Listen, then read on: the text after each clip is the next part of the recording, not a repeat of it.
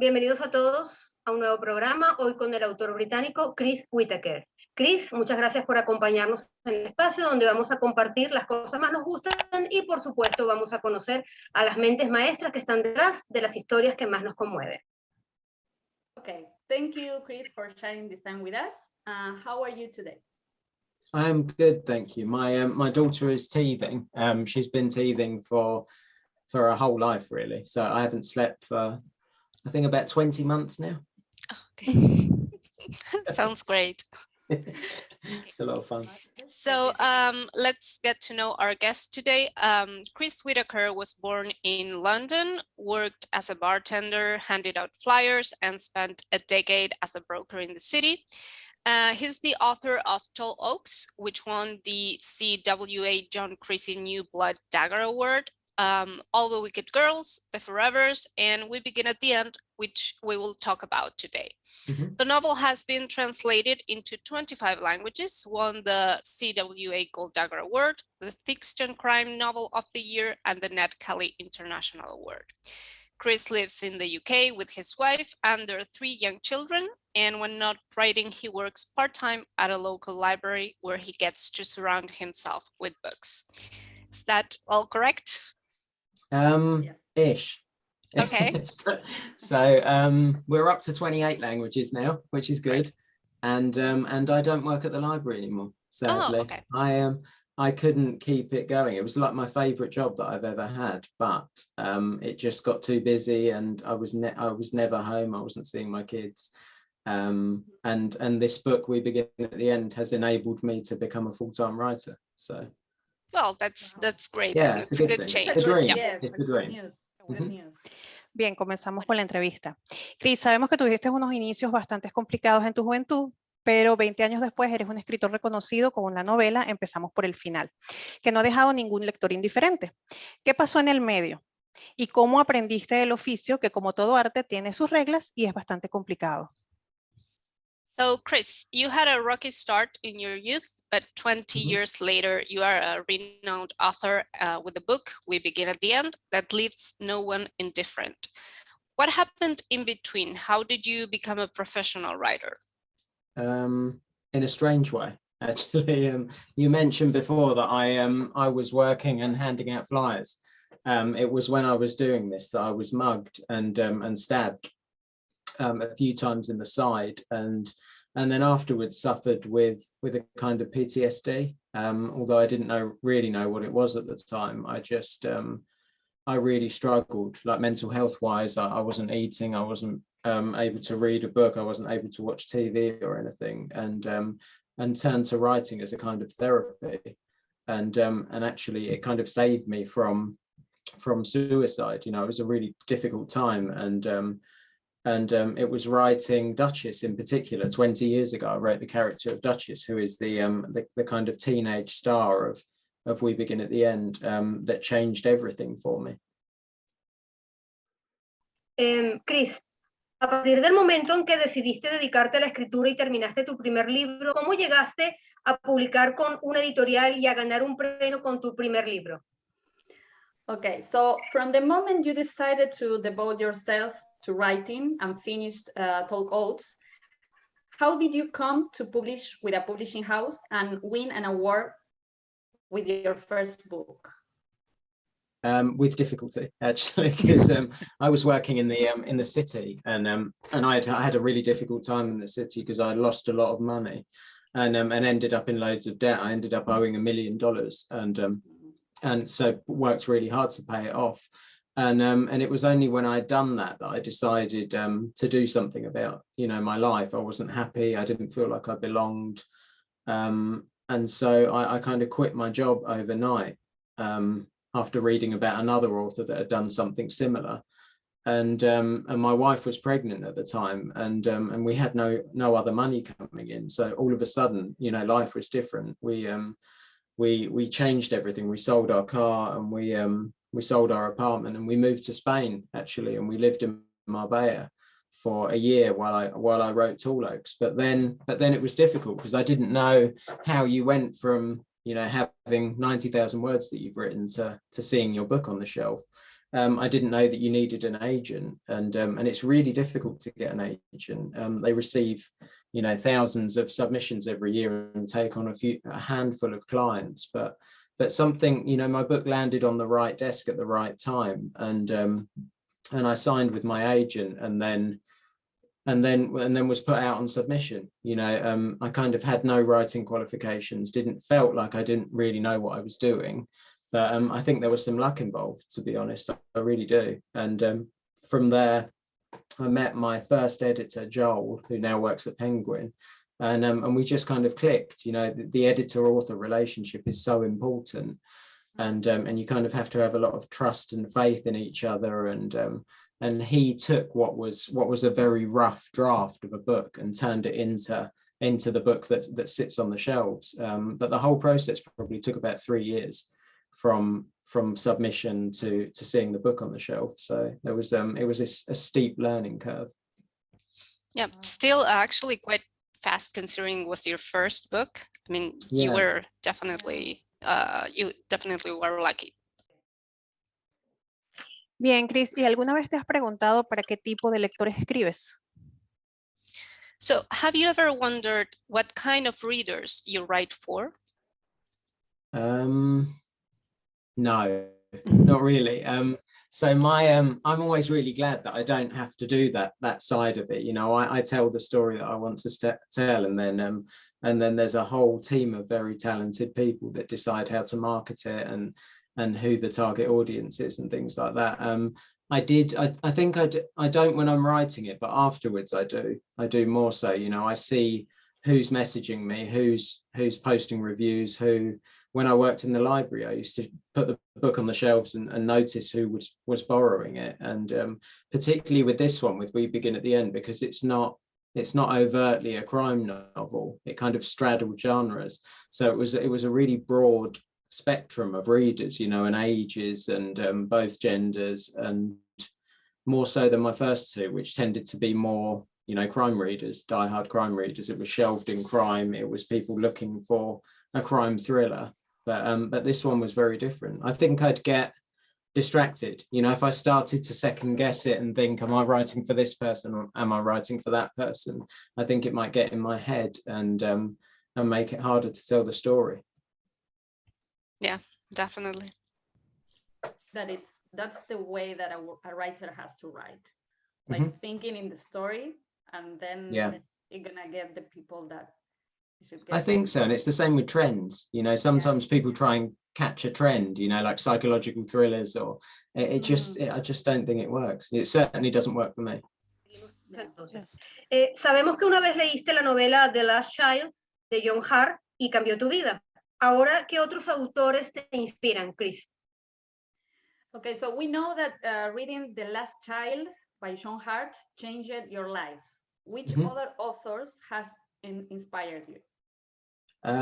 Probably Stephen King. From when I was like, I think 10, my dad used to have a shelf with Stephen King books on the top shelf, and he used to say that under no circumstances could I read them, and at that point I'd only really read children's fiction, so I didn't know about the power of words, really. I knew that it could be, you know, transportive, but I didn't know that it, you know, a sentence could be terrifying until I read it, until I took a copy when I shouldn't have and started reading it, and was terrified after that. I didn't sleep for ages after reading that book, and so I think that was my first introduction into how a book can make you feel, you know, and from there I really liked John Grisham when I was younger. I still do, you know, he has that kind of ability, you know, when you sit down and you read it, you kind of start flicking through the pages and all of a sudden you're halfway through the book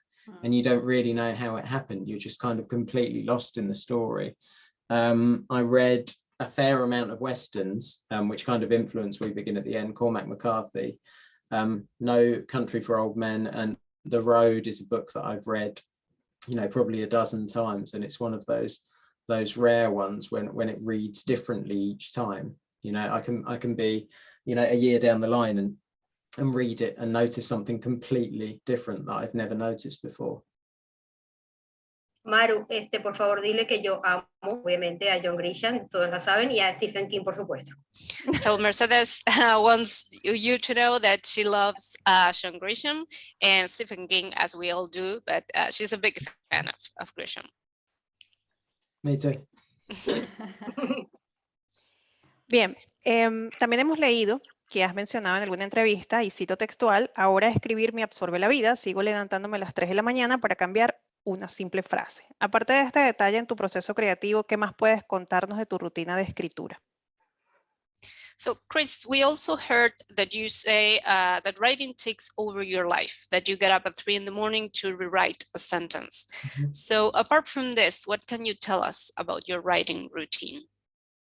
I've been trying to, since I left the library, I've been trying to structure my day, so that it feels more like a job and less like a, something that's completely taken over everything. But it just doesn't work out like that. Because you might wake up one day and not really feel like writing until late in the day, and then once you start, you don't really want to stop. So I've made peace with the fact that it's never going to be like that. My wife hasn't so much. she would like a normal structured day, where we sit down after dinner and watch television or put the kids to bed together. But I think she thinks that I do it just to get out of my duties, which might be true. I don't know. It's I don't know if it's because I haven't done any courses or had any training or didn't go to university and study creative writing or anything like that. I don't know if I'm missing something, a way to do it, but I tend to just write what I feel like writing on the day. And so I tend to write the book out of order. So I'll write, the middle of the book on the first day or the end, and then I'll come back and write some of the beginning and then go back and forth. And then you end up in a bit of a mess. You end up with twice as many words as you need, all in the wrong order, and then you have to try and fit them back together again.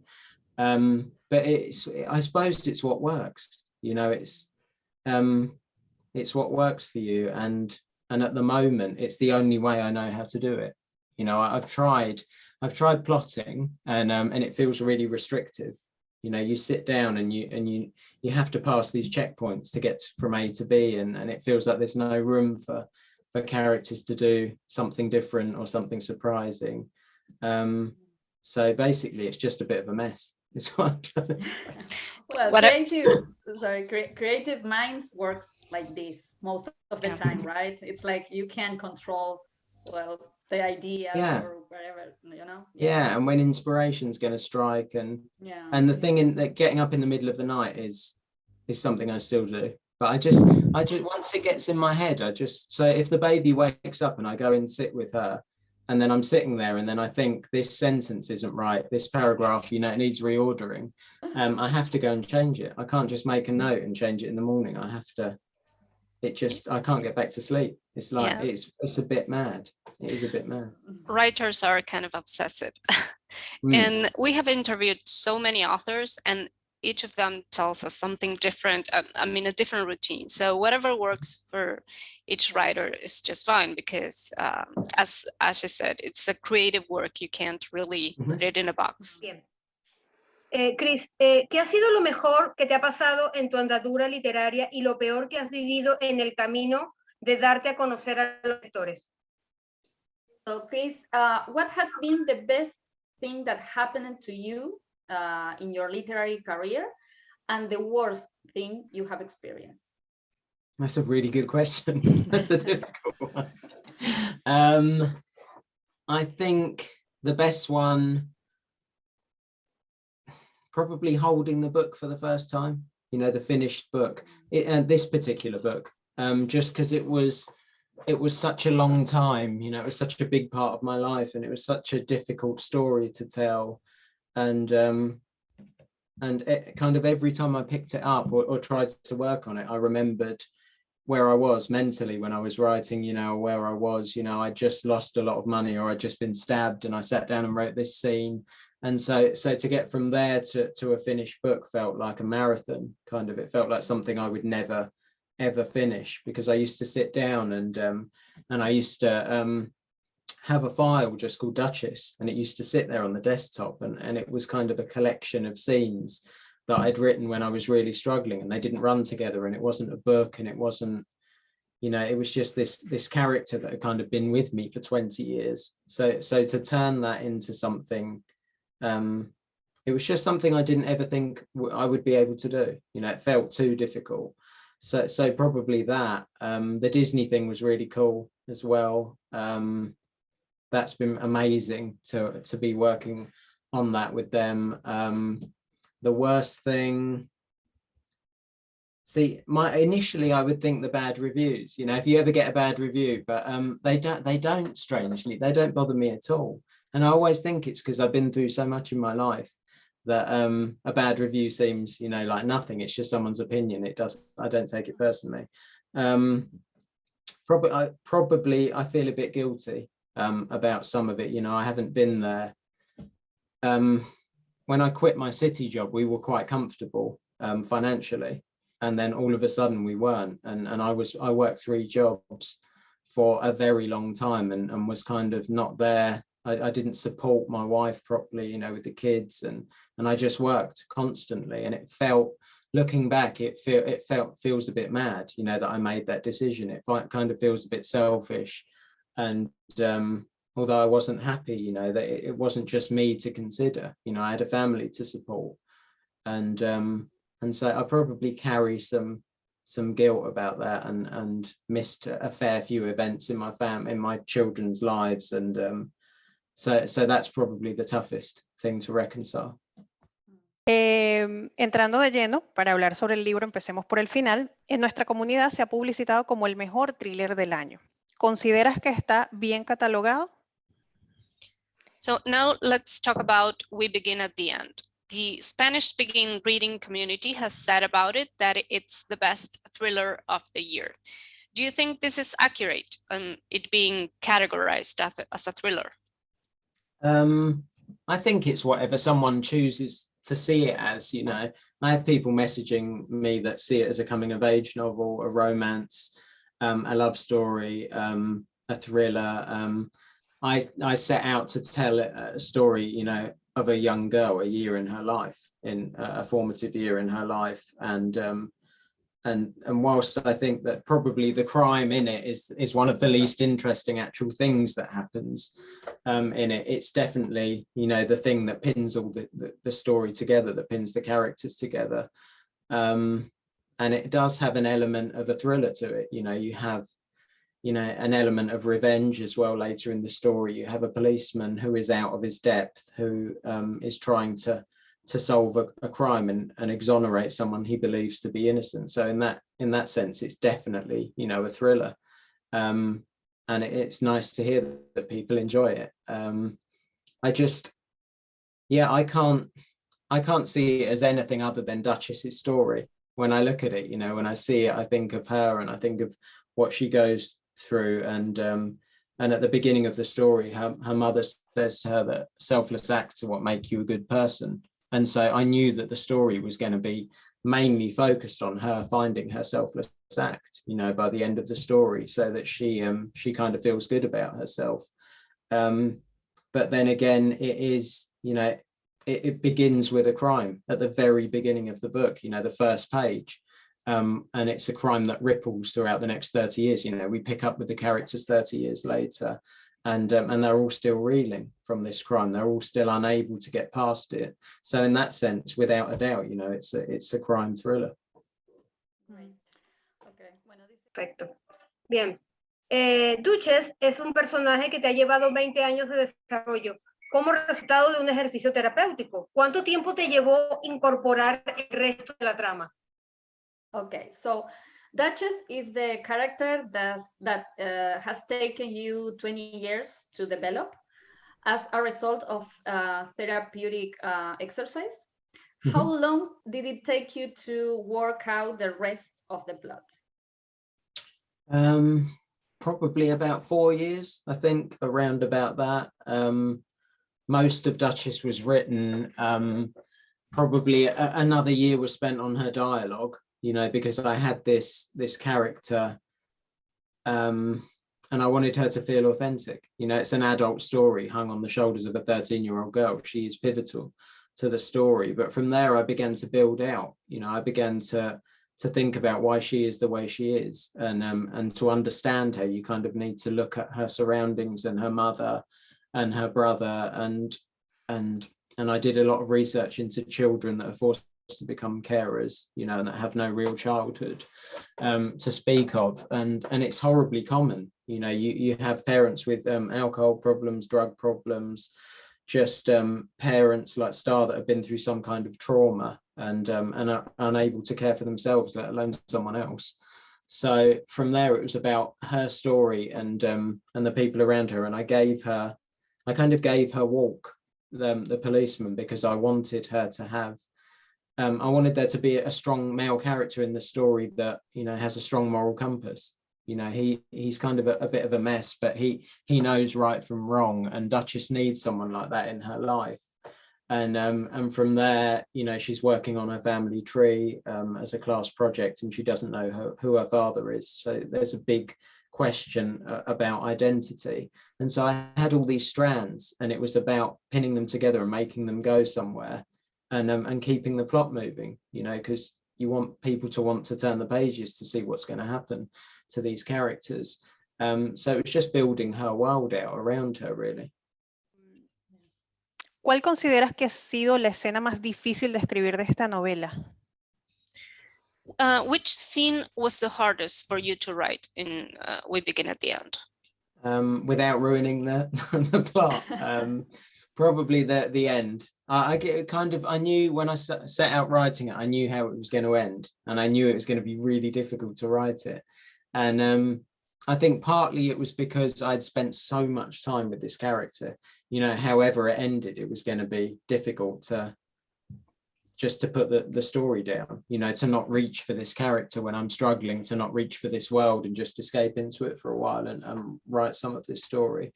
So there is a scene between Duchess and her brother, you know, late in the book that was difficult. And I remember my editor, my UK editor, read it for the first time and questioned whether it was the right call, you know, because it was sad. I think it was hard to read. And my wife isn't a crier at all, and she was in floods of tears and said, "You can't end the book like this." And so, but it felt right. You know, I said before that Duchess spends the book looking for her selfless act, and you know, she needed to find it. She needed to do something that gives her a sense of self-worth, you know, that makes her feel deserving and makes her feel worthy, you know, of being happy, of you know, just feeling like she belongs, that she, you know, that she isn't just a burden on everyone that she kind of meets. And so that was really difficult to write. It was one of the scenes that I left. You know, I wrote the very end, and then I left this one, and I kept coming back to it, and then right at the end, I missed my deadline because I just couldn't write that scene, and I probably spent a month on a couple of paragraphs. But it had to feel right. You know, it was pivotal. It was so important to the book. So yeah, that. Okay, we nailed it. You nailed it, yeah, because we all agreed about that. The end is great. Yeah, it is the end that has to be. Yeah, and it makes sense to the plot. Yeah, totally. Yeah, sure. Congratulations for that. Thank you. I'm glad you feel that way. Can you imagine if you said, no, you got it completely wrong? That was awful to read. Digamos. Bien. El título Empezamos por el final encierra una gran metáfora. ¿De dónde partió la idea de esta? Okay, so the title, We Begin at the End, contains a great metaphor, right? So where did the idea came for you to put this title, to choose this? So the prologue at the start, I mentioned before, the book begins with the death of a child. And so I called that section We Begin at the End, and I left the title of the book untitled because I didn't know. And then I named each part of the book, like you have the outlaw and, you know, and the others, which have escaped my memory. There's one where Duchess is looking for retribution later in the book, and so I left the title because it's too big, you know, it felt too difficult, but we begin at the end. The line pops up a few times during the story, and it means different things to different people. Like initially it means that we are catching up with characters whose lives have effectively ended, you know, with the death of a child. You know, it's 30 years later, none of them have moved on. You know, you have Vincent, who's in prison, Star, who has fallen apart, and Walk, who is 15 still. You know, he still lets everyone call him Walk. He's chief of police, but he spent the last 30 years waiting for his friend to come back so he can begin his life again. So it felt really perfect for them. You know, it felt like, and for Duchess, you know, we see this girl who was born a long time after the event, and she's kind of born under this cloud. You know, she has this shadow and she feels it every day. You know, she's not responsible for it, so it felt right. And then later she meets her grandfather, and he is the father of the girl that dies at the beginning. And the priest at the funeral tells him that we begin at the end because, you know, he thinks it will bring him some comfort. You know, if this life that we're living now is just a trial run, you know, for the afterlife, then you can draw some comfort from that. You know, no one's ever really gone. We're all just you know, at the very beginning. So it meant different things to different people in the book, and Duchess says it once more to Thomas Noble, who was my favorite character to write later on in the story. And from there, my UK editor pulled it out as the title of the book, and I just loved it, you know, because it wasn't overtly anything. It wasn't particularly a crime title. It doesn't tell you a huge amount. It just felt right. And then I saw a mock-up of the cover with the big writing, and it just looked, you know, it just really fit. Most of the time, we have a different title in Spanish that from the books that are in English, but in this case, they just left Empezamos por el final. We begin, so they keep the title, and I think it's because all the meaning that it has in the book, in the story. Yes. Yeah, they're so good. I came over to Barcelona and got to meet the team at Salamandra, and they're just the best. They're just so talented. Yeah.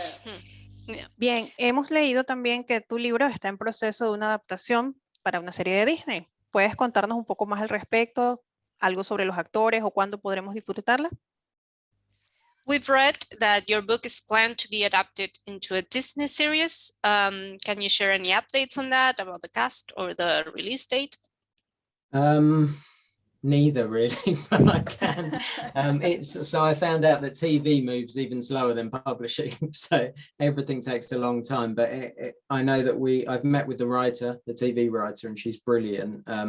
I know there is a girl that they like for Duchess, who I'm not allowed to say, but she is Duchess basically, and I thought that would be the hardest part to cast.